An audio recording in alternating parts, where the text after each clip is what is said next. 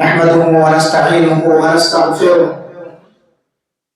ونعوذ بالله من شرور أنفسنا ومن سيئات أعمالنا من يهده الله فلا مضل له ومن يضلله فلا هادي له وأشهد أن لا إله إلا الله وحده لا شريك له وأشهد أن محمدا عبده ورسوله يا أيها الذين آمنوا اتقوا الله حق تقاته ولا تموتن إلا وأنتم مسلمون يا أيها الناس اتقوا ربكم الذي خلقكم من نفس واحدة وخلق منها زوجها وبث منهما رجالا كثيرا ونساء واتقوا الله الذي تساءلون به والأرحام إن الله كان عليكم رقيبا يا أيها الذين آمنوا اتقوا الله وقولوا قولا سديدا يصلح لكم أعمالكم ويغفر لكم ذنوبكم ومن يطع الله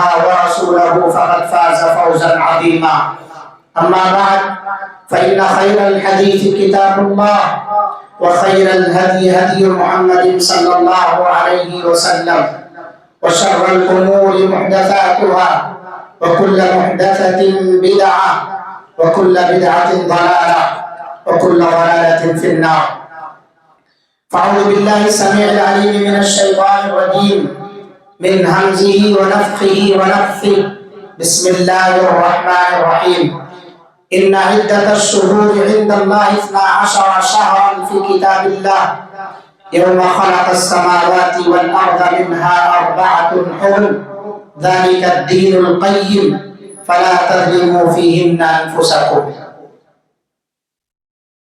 حاضرین گرامی، بزرگوں، نوجوانوں، عزیز بچوں اور پردہ نشین قابل صد احترام اسلامی ماں اور بہنوں، ہم جس مہینے میں سانس لے رہے ہیں یہ اسلامی سال کا پہلا مہینہ محرم الحرام ہے۔ یہ مہینہ اپنے اندر بہت ساری فضیلتوں اور بہت ساری اہمیتوں کے ساتھ ساتھ بہت ساری تاریخی واقعات بھی لیے ہوئے ہیں۔ اس مہینے کی اپنی ایک الگ پہچان ہے، اس مہینے کی الگ ایک عظمت ہے۔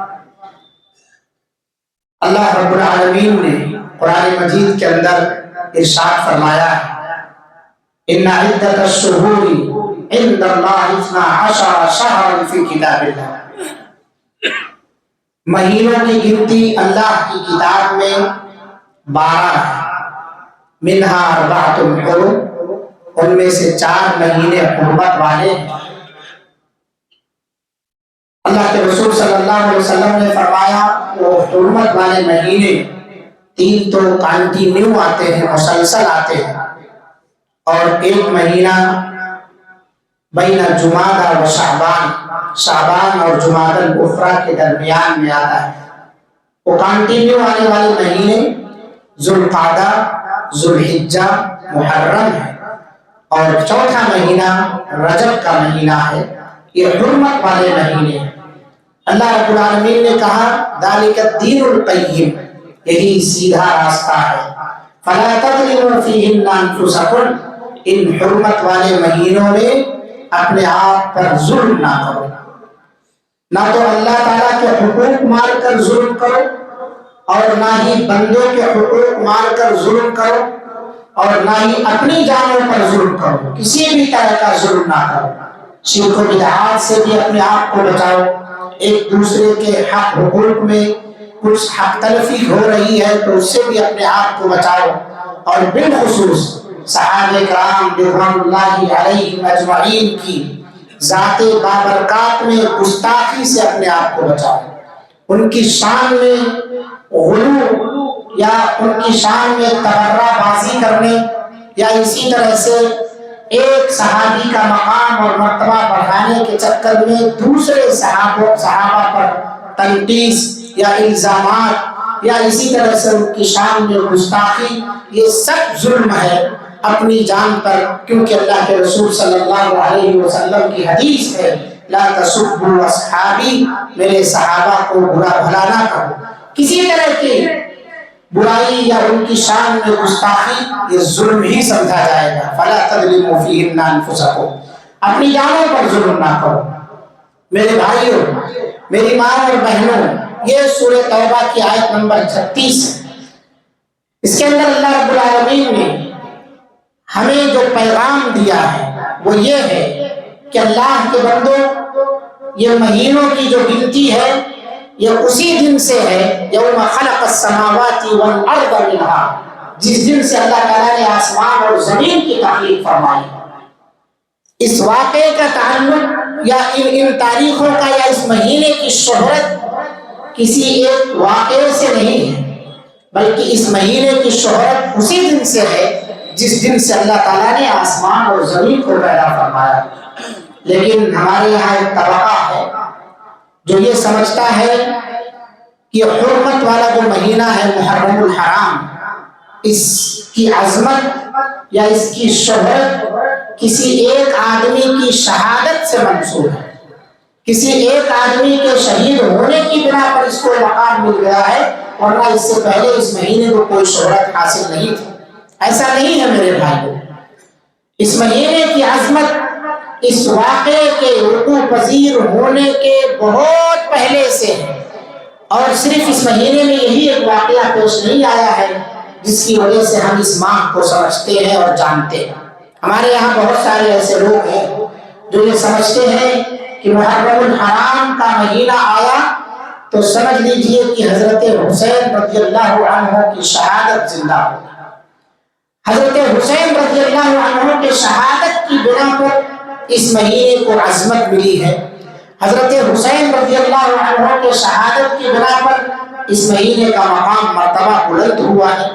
حضرت حسین نواسے رسول صلی اللہ علیہ وسلم کے شہادت کی وجہ سے اس مہینے کے اندر جتنی بھی پابندیاں لگائی گئی ہیں وہ سب انہی کے طفیل میں ہیں۔ یہ غلط عقیدہ ہے، اس لیے اس سے پہلے جو خطبات ہوئے ہیں وہ اسی ضمن میں ہیں کہ اپنا عقیدہ درست کیجیے، اپنا عقیدہ درست کیجیے۔ عقیدہ درست نہیں ہوگا تو کسی ایک صحابی کو آسمان پر پہنچائیں گے اور دوسرے صحابہ کے سلسلے میں تبرہ بازی کریں گے، دوسرے صحابہ کو صحابی کے درپردہ گالیاں دیں گے یا ان کے تعلق سے بدگمانی رکھیں گے۔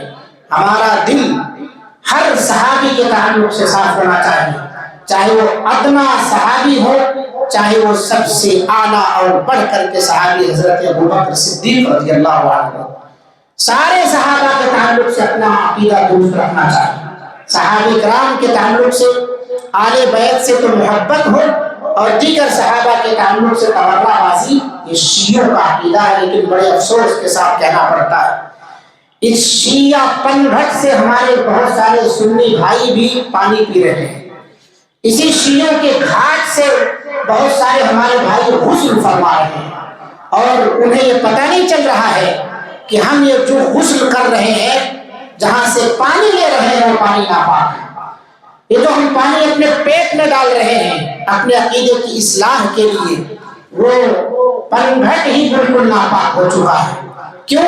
کیونکہ وہاں سے حضرت علی رضی اللہ عنہ کے قتل کی شہادت کی بو آتی ہے، وہاں سے حضرت حسین رضی اللہ عنہ کے شہادت کی بو آتی ہے، وہاں سے حضرت حسن رضی اللہ عنہ کے جو صلح تھا اس صلح کے خلاف جانے کی بو آتی ہے، وہاں سے حضرت عثمان غنی رضی اللہ عنہ کے شہادت کی بو آتی ہے کہ انہی لوگوں نے مل کر کے ساز باز کر کے حضرت حسین کو بھی ایک گھاٹ کر دیا، اور ان سے پہلے حضرت عمر فاروق رضی اللہ عنہ کو بھی راستے سے ہٹا دیا۔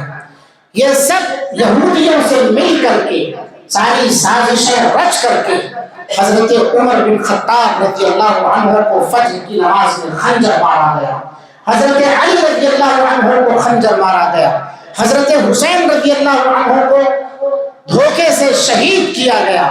یہ ساری چیزیں انہی لوگوں کی ساز باز ہیں، اور پھر بھی ہم شیعہ سنی اتحاد کا نعرہ لگائے جاتے ہیں۔ آپ کیسے متحد ہوں گے ان لوگوں کے ساتھ جو آپ کے ایسی نفوس قدسیہ کی، اس امت کے ایسی نفوس قدسیہ کے قاتل ہیں، جن کے بارے میں اللہ تعالیٰ نے قرآن مجید میں رضی اللہ عنہم ورضوا عنہ کہا کہ اللہ ان سے راضی ہے، وہ اللہ سے راضی ہے، اور آپ ان کے ساتھ کندھے سے کندھا ملا کے چل رہے ہیں، آپ ان کے اسٹیج پر جلوہ افروز ہو رہے ہیں، شیعہ سنی اتحاد کا نعرہ دے رہے ہیں، جن کا عقیدہ، جن کا اٹھنا بیٹھنا، جن کا کھانا پینا، لباس، وضاقتہ، سب چیز مختلف ہے، ان کے پیچھے پڑے ہوئے ہیں، آپ ان کا ساتھ دینے کے لیے تیار ہیں۔ اس لیے میرے بھائیوں، جب عقیدہ درست نہیں ہوگا تو آپ کو یہ چیزیں سمجھ میں نہیں آئے گی کہ ہمیں کس کی صحبت اختیار کرنی چاہیے، کس کے ساتھ اٹھنا بیٹھنا چاہیے۔ عقیدے کی حفاظت کے لیے ضروری امر ہے کہ آپ ایسے لوگوں کی صحبت اختیار کرو جو صحیح العقیدہ، اور جن کو اس کی فکر نہیں ہے وہ کسی کے ساتھ بھی شانہ بشانہ چل پڑتے ہیں، کھڑے ہو جاتے ہیں، کسی کے بھی اسٹیج پر جلوہ افروز ہو جاتے ہیں۔ اپنے عقیدے کی حفاظت کرو۔ تو یہ مہینے کی عظمت صرف حضرت حسین رضی اللہ عنہ کی شہادت سے نہیں ہے، یہ اتفاق ہے کہ حضرت حسین رضی اللہ عنہ کی شہادت اسی مہینے میں ہوئی۔ ایسا نہیں کہ اس سے پہلے اس میں کوئی صحابی شہید نہیں ہوئے ہیں، یا اس ماہ کے اندر شہادتیں نہیں ہوئی ہیں، یا ان سے بڑی کوئی شہادت ہی نہیں ہے۔ حضرت حسین رضی اللہ عنہ کربلا کے لوگوں کے پیاسے ہونے کی تو کیا تو واقعہ آپ کو یاد ہے کہ یہاں کے لوگ پیاسے شہید ہو گئے، پانی کے لیے بلکتے رہے، تڑپتے رہے، کتنے دیر کا مسئلہ تھا۔ حضرت عثمان رضی اللہ عنہ جو خود مسلمانوں کے لیے ایک دو باٹل، ایک دو لیٹر نہیں، پورا کنواں یہودی سے خرید کر کے صدقہ کرنے والے، وقف کرنے والے، انہی کے لیے اسی کنویں کا پانی بند کر دیا گیا، ان کا گھر گھیر لیا گیا ہے، مظلومانہ طور پر انہیں قرآن مجید کی تلاوت کرتے ہوئے شہید کر دیا گیا ہے۔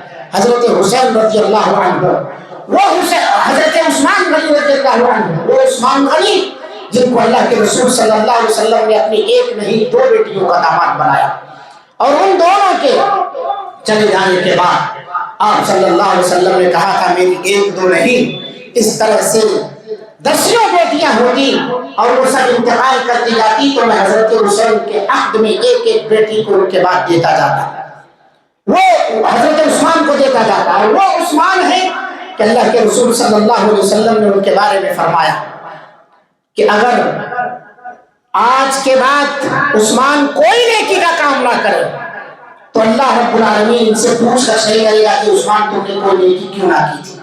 وہ عثمان ہے ما ذرہ بعد اليوم عملا، آج کے دن اگر وہ کوئی بھی نیکی نہ کرے، کوئی عمل نہ کرے، نیک صالح عمل نہ کرے، آج جو انہوں نے تعاون دیا ہے اسلام کو، یہ تعاون ان کی نجات کے لیے کافی ہے۔ نبی صلی اللہ علیہ وسلم کی زبانی یہ کلمات، لیکن کیا عثمان غنی رضی اللہ عنہ نے عمل کرنا چھوڑ دیا؟ نہیں چھوڑا۔ میرے بھائیوں، تاریخ پڑھو، تاریخ سمجھو، جس کا جو مقام مرتبہ ہے وہ مقام مرتبہ دو۔ ہمیں یہ ہے کہ ہم یہ نہیں سمجھتے ہیں کہ صحابی کو بہت بڑا مقام دینا ہے اور کون سے صحابی کو اس کے بعد ترتیب میں رکھنا ہے۔ ہم کلابیں کھلاتے ہیں، آسمان تک پہنچاتے ہیں کسی کو، اور کسی کو جو ہے اسفل السافلین میں پہنچا دیتے ہیں۔ عقیدہ درست نہ ہو تو یہ ساری حرکتیں ہوتی ہیں، عقیدہ درست ہو تو ایک صحابی کی ترتیب اور اس کا مقام مرتبہ، اس کی فضیلت ہم اپنے سامنے رکھیں گے۔ حضرت ابوبکر صدیق رضی اللہ عنہ انبیاء کے بعد سب سے افضل ہے تمام صحابہ میں، ان کے بعد خلفائے راشدین کا مقام مرتبہ آتا ہے، ان کے بعد تمام صحابہ ہیں، یعنی پھر عشر مبشرہ ایک ترتیب بنائی ہے اہل علم نے، اور یہی عقیدہ درست بھی ہے۔ ایسا نہیں ہے کہ حضرت حسین رضی اللہ عنہ کی شان میں ہم گستاخی کر رہے یا تنقیص کر رہے یا ان کی شہادت کو ہم نیچا دکھا رہے، نہیں میرے بھائیوں، جتنی تکلیف آپ کو ہے حضرت حسین رضی اللہ عنہ کی شہادت سے، اس سے کہیں زیادہ تکلیف ہمیں ہے۔ لیکن قضاء و قدر بھی ایک چیز ہوتی ہے، اس پر ایمان رکھنا چاہیے، تقدیر پر ایمان رکھنا بھی یہ ایمان والوں کی پہچان ہے، نیک لوگوں کی پہچان ہے۔ آپ سال بسال یہ واقعہ کب پیش آیا ہے، یہ واقعہ کب پیش آیا ہے، اور اب تک اسے سوگ میں ہی مبتلا کیا جا رہا ہے یا سوگ منایا جا رہا ہے۔ ہر سال 10 محرم کو سوگ منایا جاتا ہے، یا محرم کا چاند طلوع ہوتے ہی سبز اور سیاہ کپڑے پہن کر کے سوگ کی علامت قرار دیا جاتا ہے، اور اسی طرح سے گھروں کے اندر جھاڑو نہیں دیا جاتا ہے، روٹی نہیں پکائی جاتی ہے، اور ایسے ہی گھروں کے اندر کوئی نیا کام نہیں شروع کیا جاتا ہے، نئی نویلی دلہنوں کو ان کے میکے پہنچا دیا جاتا ہے، شوہر کے قریب نہیں رکھا جاتا ہے، بہت ساری بدعات و خرافات اس کے 1 تاریخ سے لے کر کے 10ویں تاریخ تک کی جاتی ہے، اور کہا جاتا ہے جب تعزیہ دفن ہوگا اس کے بعد ہی گھر میں جھاڑو لگے گا، اس کے بعد ہی روٹی پکائی جائے گی، بعد دفن کے روٹی پکائی جائے گی۔ یہ کون سا عقیدہ آپ نے گھڑ رکھا ہے؟ کہاں سے عقیدے حاصل کر رہے ہیں آپ؟ یہ ماتم، یہ لوحہ کس کی پہچان ہے؟ کس کی پہچان ہے؟ یہ مارا کوئی اور ہے، لوحہ میں کسی اور کو لگایا جا رہا ہے۔ یہ سیم اسی طرح کا معاملہ ہے جیسے برادران یوسف نے یوسف علیہ السلام کے ساتھ کیا تھا۔ یوسف علیہ السلام کو خود ہی مار کر خود ہی یعقوب علیہ السلام کے سامنے آ کر کے رو رہے ہیں کہ ابا حضور یوسف کو تو بھیڑیے نے کھا لیا ہے، خود مار کر خود رو رہے ہیں، اور ہمارے بھائیوں کو گانے بجانے میں لگا دیا ہے، تعزیہ داری میں لگا دیا ہے، مرثیہ خوانی کی مجلسوں میں لگا دیا ہے۔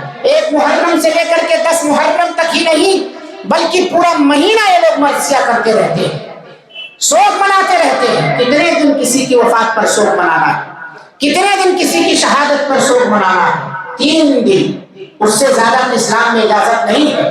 اس سے زیادہ کی اجازت اگر ہے تو اس کی بیوی کو، اگر مرد آدمی کا انتقال ہوا ہے، شہید ہوا، تو اس کی بیوی کو 4 مہینے 10 دن، 4 مہینے 10 دن۔ لیکن اس میں بھی سینہ کوبی نہیں کرنا ہے، چہرے کو نہیں پیٹنا ہے، گریبان چاک نہیں کرنا ہے، کیونکہ یہ سب جہنمیوں کی علامت ہے، یہ سب ماتم ہے، اور ماتم کرنے والے لوگ جہنم میں جائیں گے اگر بغیر توبہ کے مر گئے ہیں تو۔ اور اس کے اوپر کیسا عذاب ہوگا جو ماتم کر کے مر رہی ہے، اس کے اوپر اسے تارکول کا لباس پہنایا جائے گا جس سے پورا جسم خارش زدہ ہو جائے گا، درہم من النار، جہنم کی کا لباس پہنایا جائے گا، پورا جسم کھل جائے گا۔ ایسی عورت بغیر توبہ کے اگر مر گئی ہے، یا ایسا مرد بھی بغیر توبہ کے مر گیا ہے نوحہ کرتے ہوئے، نوحہ کا لفظ اللہ کے رسول صلی اللہ علیہ وسلم نے عورتوں کے لیے استعمال کیا ہے، النائحۃ اذا لم تتب قبل موتها، نوحہ کرنے والی خاتون اگر اپنی موت سے پہلے توبہ نہیں کی نوحہ سے تو اسے اس طرح کا عذاب ہوگا۔ تو نوحہ چونکہ خواتین میں زیادہ پایا جاتا ہے، لیکن قیامت کے قریب یہ زیادتی جو ہے مردوں کے اندر بھی آ جائے گی، کیونکہ مرد آدمی عورتوں کا لباس پہن رہا ہے، عورتوں کی حیت اختیار کر رہا ہے، اور عورتیں مردوں کی مشابہت کر رہی ہیں، سب خلط ملط ہو چکے ہیں، مکس ہو چکے ہیں، عورتوں سے زیادہ مرد آدمی نوحہ کر رہا ہے، عورتیں بھی اسی بھیڑ میں شامل ہیں، سینا کوبی کرنا، بلیڈ سے مارنا، خون نکالنا، یا اسی طرح سے آگ کے انگارے علاوے میں کودنا، اور چابک کو اس کے اندر گرم کر کے اپنی پیٹھ کو زخمی کرنا، یہ سب کہاں کی چیزیں ہیں؟ اللہ تعالیٰ کہتا ہے اپنے جان کو ہلاکت میں نہ ڈالو۔ کتنے لوگ اسی علاوہ کے اندر جل جاتے ہیں، گر جاتے ہیں اس آگ کے گڑھے کے اندر۔ آگ سے کھیلنا نہیں ہے، اشارہ تک نہیں کرنا ہے، آگ کا عذاب کسی کو نہیں دینا ہے۔ محرم کا جوڑا بنا کر کے اسے آگ کے گڑھے میں ایک آدمی کو ڈالا جاتا ہے۔ چند لوگ ہوتے ہیں جو اس میں اپنی شعبدہ بازیاں دکھاتے ہیں۔ یہ سب چیزیں کہاں سے؟ اسلام کا تو یہ سب حصہ نہیں ہے، یہ سب جہالت میں، زمانے جاہلیت میں بھی چیزیں نہیں پائی جاتی تھی جو آج کے جاہل لوگ کر رہے ہیں، یہ ساری چیزیں زمانے جاہلیت میں بھی نہیں تھی۔ تو میرے بھائیوں، یہ شہادت حسین اس ماہ کے اندر جو ہوئی ہے، یا 10 محرم کو جو ہوئی ہے، یہ اس ماہ کے اندر ایک اتفاق ہے۔ آپ کو یقین اور عقیدہ ہونا چاہیے، کل نفس ذائقۃ الموت، ہر نفس کو موت کا مزہ چکھنا ہے۔ ان کی موت اللہ نے اسی بہانے لکھی تھی، اور آپ کو افسوس ہو رہا ہے اس کا مطلب حضرت حسین رضی اللہ عنہ کی شہادت سے؟ شہادت ہمارے نبی صلی اللہ علیہ وسلم بھی اس کی تمنا کرتے تھے، حضرت ابوبکر صدیق بھی تمنا کیے، نبی صلی اللہ علیہ وسلم بھی شہادت کے موت کی تمنا کرتے رہے ہیں کہ اللہ مجھے بھی شہادت عطا فرما۔ آپ کے نواسے کو اگر شہادت ملی ہے تو شہادت ہے مطلوب مقصود مومن، یہ تو ایک مومن کا مطلوب و مقصود ہے، نہ مال غنیمت نہ کشور کشائی۔ کوئی دھن دولت نہیں چاہیے، اللہ کی راہ میں شہادت چاہیے، اس سے بہتر موت اور کون سی ہو سکتی ہے؟ اس پر ماتم کر رہے ہو بے عقلو نادانو، ماتم کر رہے ہو اس پر نواسے رسول کی شہادت پر، اس کا مطلب ان کی شہادت سے بھی تمہیں تکلیف ہے، شہادت سے بھی تمہیں تکلیف ہے۔ اس لیے اپنے عقیدے کی اصلاح کی ضرورت ہے، اپنے عقیدے کو درست کرنے کی ضرورت ہے۔ اور جو لوگ اس طرح کے خطبات دیتے ہیں، ہمارے بہت سارے پڑوسی ہیں جو انہیں خارجی کہتے ہیں، نعوذ باللہ، جو ان کے عقیدے کی اصلاح کرے انہیں خارجی کہتے ہیں۔ خارجی کی تعریف سمجھتے ہو؟ نہیں سمجھتے ہو؟ آؤ کسی نماز کے بعد سمجھا دیا جائے گا۔ خارجی کی تعریف سمجھتے ہو؟ خارجی کسے کہا جاتا ہے؟ یا خالی اصطلاحات رٹ لیے ہو آپ کہ ہاں وہ خارجی ہو گیا، وہ خارجی ہو گیا؟ دراصل اگر اس تعریف کو حقیقی معنوں میں کیا جائے تو الٹا یہ خارجیت کا لفظ انہی لوگوں پر چسپا ہوتا ہے جو دوسرے کو خارجی یا کافر کہتے ہیں، جو دوسرے کو صحابہ کا گستاخ کہتے ہیں، انہی لوگوں پر یہ ساری اصطلاحات فٹ ہو جایا کرتی ہیں۔ اس لیے میرے بھائیوں، علم نہیں ہے یا صحیح علم نہیں ہے تو اس طرح کے الفاظ سے دوسروں کو نوازا جاتا ہے، اس طرح کے کلمات اور اصطلاحات سے دوسروں کو موسوم کیا جاتا ہے۔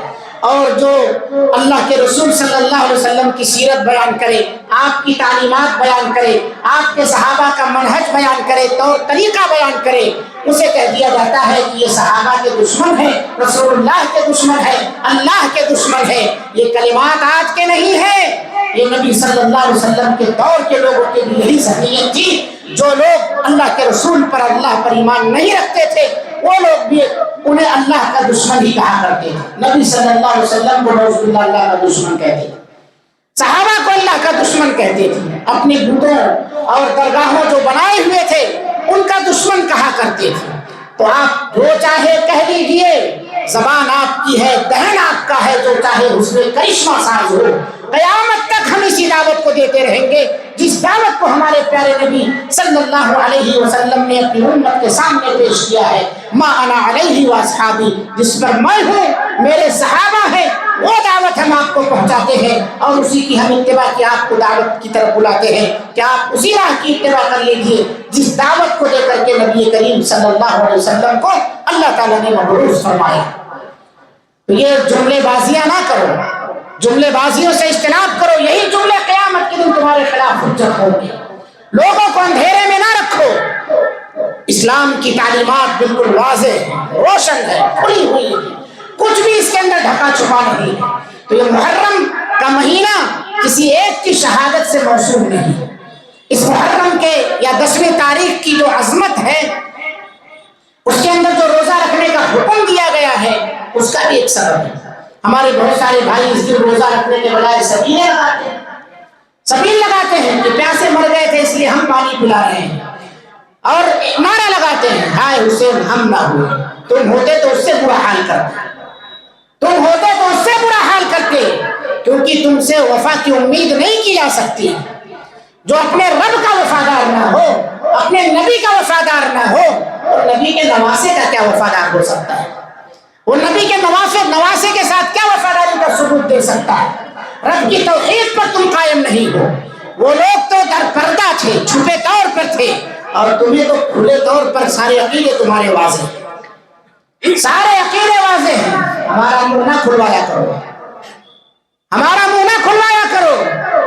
اس لیے اپنے عقیدے کی اصلاح کرو، جانچ کرو، باتیں کہاں جا رہی ہیں، کیا کہہ رہے ہو، پہلے سمجھو، تولو، اس کے بعد بولو، اس کے بعد بولو، ورنہ یہی باتیں جو ہیں تمہارے خلاف قیامت کے دن حجت قائم کریں گے۔ اس لیے نواسے رسول صلی اللہ علیہ وسلم کی شہادت کو قضاء و قدر کا حصہ سمجھو، اور مومن کی پہچان ہے اذا اصابتہم مصیبہ قالوا انا للہ وانا الیہ راجعون، کہ اسے جب کوئی تکلیف پہنچتی ہے تو عقیدہ یہ بیان کیا گیا ہے وہ کہے کہ ہم سب اللہ کے لیے وَإِنَّا إِلَيْهِ رَاجِعُونَ، اور ہم سب کو اللہ ہی کی طرف لوٹ کر جانا ہے۔ حضرت حسین رضی اللہ عنہ بھی اللہ ہی کے لیے، نبی صلی اللہ علیہ وسلم بھی اللہ ہی کے لیے، جتنے نبی آئے سب کو اللہ تعالیٰ نے موت سے دوچار کیا۔ اس زمین پر جتنی روحیں ہیں سب کو موت سے دوچار ہونا ہے، کل نفس ذائقۃ الموت کے تحت۔ لیکن کیا ہے، ان للہ ما اخذ، سب کچھ اللہ ہی کے لیے ہے جو کچھ اس نے لے لیا ہے، وَلَهُ مَا آتَى، جو کچھ اس نے دیا ہے سب اسی کے لیے ہے، اور ہر ایک چیز کا ایک مقررہ وقت ہے، کسی بھی بہانے سے وہ آ جائے۔ موت کے لیے ایک ہچکی بہانا، ایک ہچکی آ جائے، آدمی کو گلے میں کچھ دانا اٹک جاتا ہے تو اس سے اس کی موت واقع ہو جاتی ہے۔ موت سے کسی کو انکار نہیں، موت اپنے وقت مقررہ پر آ کر رہے گی، وہ بہانہ کچھ بھی ہو۔ تو حضرت حسین رضی اللہ عنہ کی شہادت پر ہمیں بھی تکلیف ہے، ہمیں بھی دکھ ہے، ہمیں بھی غم ہے، لیکن ہمارا غم آپ سے بالکل الگ تھلگ ہے۔ ہم اس طرح سے سینہ کوبی نہیں کرتے، ہم اللہ کے رسول صلی اللہ علیہ وسلم کی بتائی ہوئی تعلیمات کی روشنی میں اس غم کا اظہار کرتے ہیں۔ ان العین لتدمع، آنکھوں سے آنسو جاری ہو جانا، دل کا غمگین ہو جانا، یہ ماتم میں نہیں آتا ہے، لیکن سینہ کوبی کرنا اور اسی طرح سے مرثیہ خانی کی محفلیں پورے ماہ محرم میں لگائے رکھنا، لچھے دار تقریریں کرنا، خود رونا، رونے والوں سامنے والوں کو، سامعین کو رلانا، یہ سب نوحہ کے اندر آتا ہے۔ اس سے اجتناب کرو مسلمانوں، اپنے آپ کو اس سے بچاؤ۔ محرم کے 10ویں تاریخ کا جو تقاضا ہے وہ یہ ہے کہ آپ اس دن روزہ رکھیں۔ اس روزہ رکھنے کی بہت ساری وجہیں ہیں۔ زمانے جاہلیت میں بھی لوگ روزہ رکھا کرتے تھے، اللہ کے رسول صلی اللہ علیہ وسلم کی نبوت سے پہلے بھی لوگ روزہ رکھا کرتے تھے۔ پتہ یہ چلتا ہے کہ اس دن کو یا اس تاریخ کو عظمت جو حاصل ہے وہ اور پہلے سے حاصل ہے اس واقعے کی۔ صرف اسی واقعے سے آپ اس مہینے کو نہ سمجھے کہ حضرت حسین رضی اللہ عنہ کی شہادت سے ہی محرم کی تاریخ بنی، نہیں میرے بھائیو۔ اس کی وجہ کیا تھی روزہ رکھنے کی؟ ایک وجہ تو یہ تھی کہ خانہ کعبہ کا اسی دن خلاف تبدیل کیا جاتا تھا، تو لوگ یہ عقیدہ رکھے ہوئے تھے کہ نیک کام ہے، اور نیک کام نیک حالت میں رہ کر کے کیا جائے۔ نیک حالت کیا تھی؟ روزے سے بہتر کوئی حالت نہیں، چنانچہ وہ لوگ 10 تاریخ کو روزہ رکھتے ہیں۔ اور دوسری ایک وجہ یہ ملتی ہے کہ ان سے کوئی گناہ یا کوئی غلطی ہو گئی تھی جس کا اثر پوری قوم پر پڑنے والا تھا، تو ساری قوم نے یہ مل کر کے مشورہ کیا کہ ہم لوگ روزہ رہ کر کے اللہ رب العالمین کے سامنے روئیں گے، گڑگڑائیں گے، تو انہوں نے اس دن روزہ رکھا۔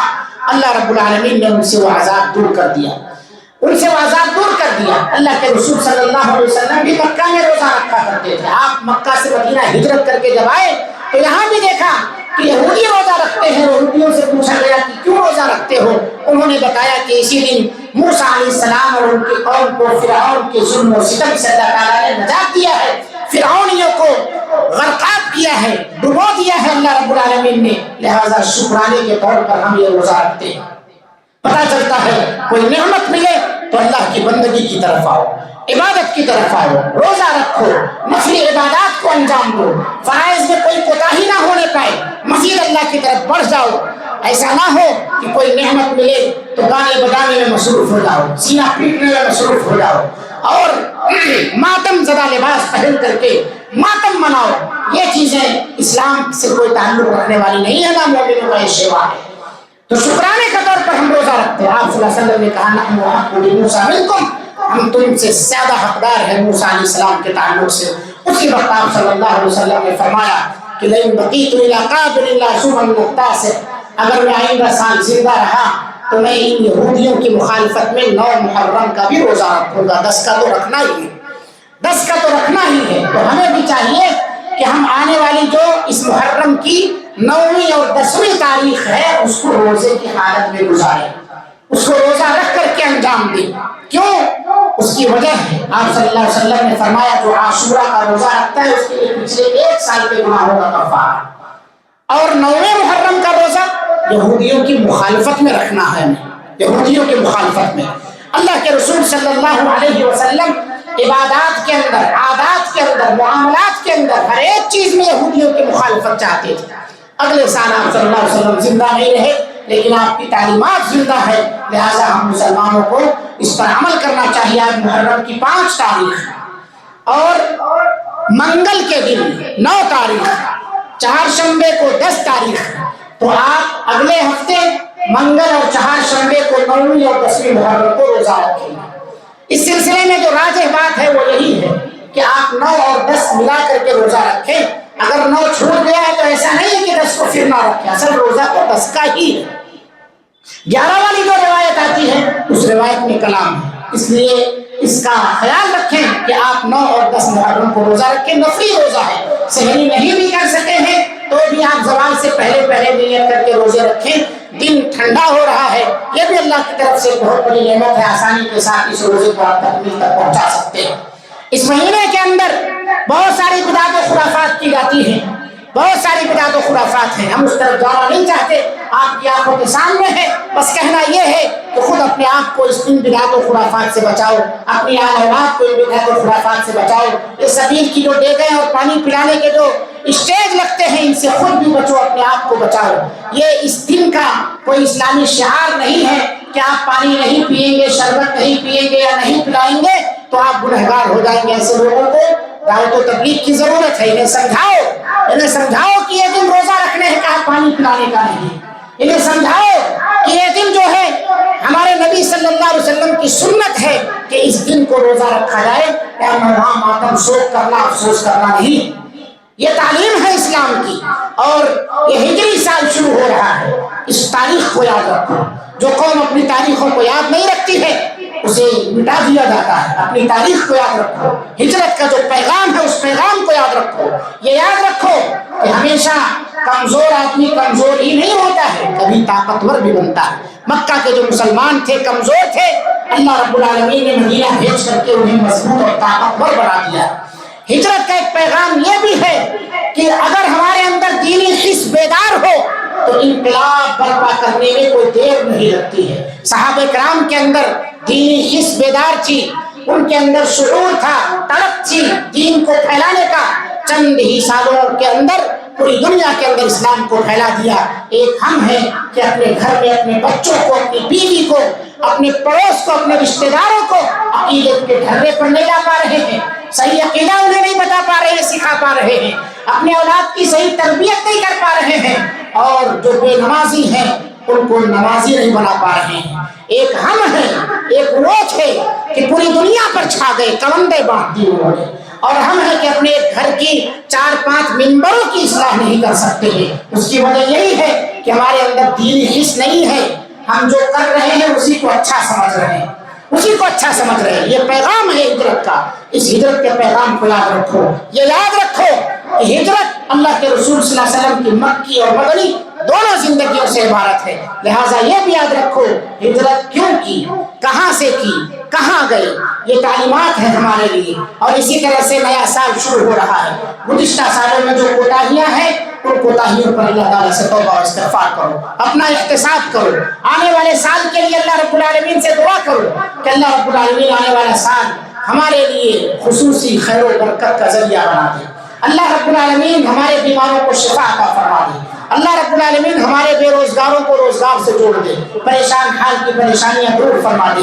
فلسطین کے اندر جو مظلوم مسلمان ہیں اللہ رب العالمین ان کی فتح اور نصرت فرما۔ جو جہاں جہاں بھی مسلم امہ پریشانی کے عالم میں اللہ تعالیٰ ہر مسلمان کی عزت و آبرو، جان مال ایمان کی حفاظت فرما۔ اس طرح کی دعائیں کریں، یہ ساری دعائیں آپ کی ذمہ داریاں ہیں کرنا، اپنی عبادتوں کے اندر، اپنی معاملات کے اندر جو بھی اسلامی اعتبار سے کوتاہی پا رہے ہیں آپ اس کی اصلاح کے اللہ تعالیٰ سے دعا کریں، کوشش کریں، نیک کاموں میں سبقت کریں۔ یاد رکھیں کہ ایک دن ہمیں بھی مرنا ہے۔ یہ وقت ان الزمان قد استدار کہیتی، زمانہ اپنے اسی حال پر پلٹ کر چلا آیا ہے جہاں سے شروع ہوا تھا، ساری چیزوں کو فنا لاحق ہے، ہم بھی مر جائیں گے۔ حضرت حسین رضی اللہ عنہ کی شہادت ہمیں بھی یہ یاد دلاتی ہے کہ ہم کتنے بھی بڑے باپ کے بیٹے ہو، کتنا بھی بڑا رشتہ ہم سے منسوب ہو، سب کو موت کے گھاٹ اترنا ہے، ہمیں بھی فنا ہونا ہے، موت کے گھاٹ اترنا ہے، لہٰذا مرنے کے بعد کی زندگی کی تیاری کرو۔ اللہ رب العالمین ہم تمام لوگوں کو یہ جو پیغامات ہیں اور جو عقیدے کی اصلاح کی باتیں ہیں ان تمام باتوں پر عمل کرنے کی توفیق عطا فرما۔ رب العالمین ہمارے اندر جتنی بھی کوتاہیاں ہیں ہر طرح کی کوتاہیوں کی اصلاح کی توفیق عطا فرما۔ رب العالمین ہم نے ہر صحابی سے محبت کرنے، ان کی عدالت کو مکمل طور سے تسلیم کرنے کی توفیق عطا فرما۔ ان کی شان میں گستاخی سے اللہ تعالیٰ ہم سب کی حفاظت فرما۔